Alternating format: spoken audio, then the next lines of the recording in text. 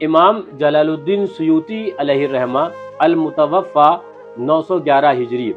اپنی کتاب حسن المقصد فی عمل المولد، جس کتاب سے ہم اپنی پچھلی ویڈیو کے اندر 3 علماء کرام کے اقوال نقل کر آئے ہیں، چوتھے نمبر پر علامہ حافظ شمس الدین بن ناصر الدین دمشقی کا قول نقل کرتے ہیں کہ وہ اپنی کتاب مورد السادی فی مولد الہادی میں نقل فرماتے ہیں کہ وقد صح ان ابا لہب یخفف عنہ عذاب النار فی مثل یوم الاثنین لعتاقہ ثویبہ سرورا بمیلاد النبی صلی اللہ تعالی علیہ وآلہ وسلم، یعنی یہ بات ثابت ہے کہ ابو لہب کے عذاب نار میں ہر پیر شریف کے دن تخفیف یعنی کمی کی جاتی ہے، اس وجہ سے کہ اس نے نبی کریم صلی اللہ تعالی علیہ وآلہ وسلم کی ولادت باسعادت کی خوشی میں اپنی لونڈی ثویبہ کو آزاد کر دیا تھا۔ اس کے بعد علامہ یہ شعر گنگناتے ہیں، اذا کانا ھذا کافرا جاء ذمہ وتبت یداہ فی الجحیم مخلدا اتی انہ فی یوم الاثنین دائما یخفف عنہ للسرور باحمد فما الظن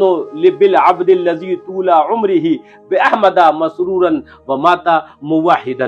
یعنی جب وہ کافر جس کی مذمت میں تبت یدا نازل ہوئی اور جہنم میں ہمیشہ رہنے والا ہے، اس کے باوجود یہ بات منقول ہے کہ ہر پیر شریف کے دن اسے جناب احمد مجتبی سید الانبیاء صلی اللہ تعالی علیہ وآلہ وسلم کی ولادت کی خوشی کے سبب عذاب میں تخفیف دی جاتی ہے، تو پھر اس بندے کے بارے میں کیا گمان ہے جو اپنی پوری زندگی احمد مجتبی صلی اللہ تعالی علیہ وسلم کی خوشی کے اندر بسر کرے اور موحد دنیا سے رخصت ہو جائے۔ پھر 5ویں نمبر پر اسی کتاب کے اندر علامہ کمال ادفوری کا قول نقل کرتے ہیں کہ وہ اپنی کتاب الطالع السعید میں حضرت ابو طیب محمد بن ابراہیم سبتی مالکی کا واقعہ نقل کرتے ہیں کہ وہ عید میلاد النبی صلی اللہ تعالی علیہ وبارک وسلم کے دن مکتب یعنی مدارس میں آیا کرتے تھے اور فرمایا کرتے تھے، یا فقیہ ھذا یوم سرور اصرف الصبیان فیصرفون، اے فقیہ آج خوشی کا دن ہے، بچوں کو چھٹی دے دو۔ فرماتے ہیں تو بچوں کو چھٹی دی جاتی تھی اور ان چھٹی دینے والے بچوں میں ہم بھی شامل ہوا کرتے۔ اب ایک اور قول ہم علامہ امام ابن عباد رضی اللہ عنہ کا نقل کرتے ہیں کہ وہ فرماتے ہیں، وَأَمَّا الْمَوْلِدُ فَالَّذِي يَظْهَرُ لِي أَنَّهُ مِنْ أَعْيَادِ الْمُسْلِمِينَ وَمَوْسِمٌ مِنْ مَوَاسِمِهِمْ، یعنی کہ میلاد النبی صلی اللہ علیہ وسلم، تو فرماتے ہیں میرے نزدیک وہ مسلمانوں کی عیدوں میں سے ایک عید ہے، وہ موسم من مواسمہم، اور ان کی خوشیوں کے دنوں میں سے موقعوں میں سے ایک موقع ہے، وَكُلُّ مَا يُفْعَلُ فِيهِ مِمَّا يَقْتَضِيهِ وُجُودُ الْفَرْحِ وَالسُّرُورِ بِذَلِكَ الْمَوْلِدِ الْمُبَارَكِ مِنْ إِيقَادِ الشَّمْعِ وَإِمْتَاعِ الْبَصَرِ وَالسَّمْعِ وَالتَّزَيُّنِ بِلُبْسِ فَاخِرِ الثِّيَابِ وَرُكُوبِ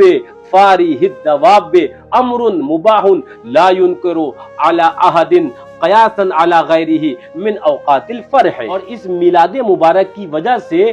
خوشی اور مسرت کے تقاضوں کی وجہ سے جو کچھ کیا جائے، مثلا شمع روشن کرنا، آنکھوں اور کانوں کو خوش کرنا، عمدہ سے عمدہ لباس پہن کر زینت اختیار کرنا اور اچھی سواری پر سوار ہونا، یہ سب مباح کام ہے، کسی پر انکار نہیں کیا جا سکتا، کیونکہ خوشی کے دوسرے مواقع میں بھی ایسے کام کیے جاتے ہیں۔ اب ان سب حوالوں کے باوجود وہابی اور دیوبندی ان علماء کرام کے اوپر بھی حکم بدعت یا شرک لگانے کی ہمت کریں گے؟ کیا ان علماء کرام کو بھی کافر یا بدعتی کہنے کی ہمت کریں گے؟ نہیں، ہرگز نہیں۔ اور صحیح یہی ہے کہ میلاد النبی صلی اللہ تعالی علیہ وبارک وسلم پر چراغاں کرنا، روشنیاں کرنا، خوشی کرنا، یہ اس دور کی ایجادات میں سے نہیں ہے، بلکہ ہمیشہ سے علماء اہل سنت یہ کرتے چلے آئے اور اس کے کرنے کے اوپر دلائل دیتے چلے آئے اور اس کے کرنے والوں کو خوشی اور مسرت کے پیغامات سناتے چلے آئے۔ نثار تیری چہل پہل پر ہزاروں عیدیں ربیع الاول، سوائے ابلیس کے جہاں میں سبھی تو خوشیاں منا رہے ہیں۔ جس وقت ہوئی بزم جہاں میں تیری آمد، سجدے کو تیرے جھک گیا اللہ کا گھر۔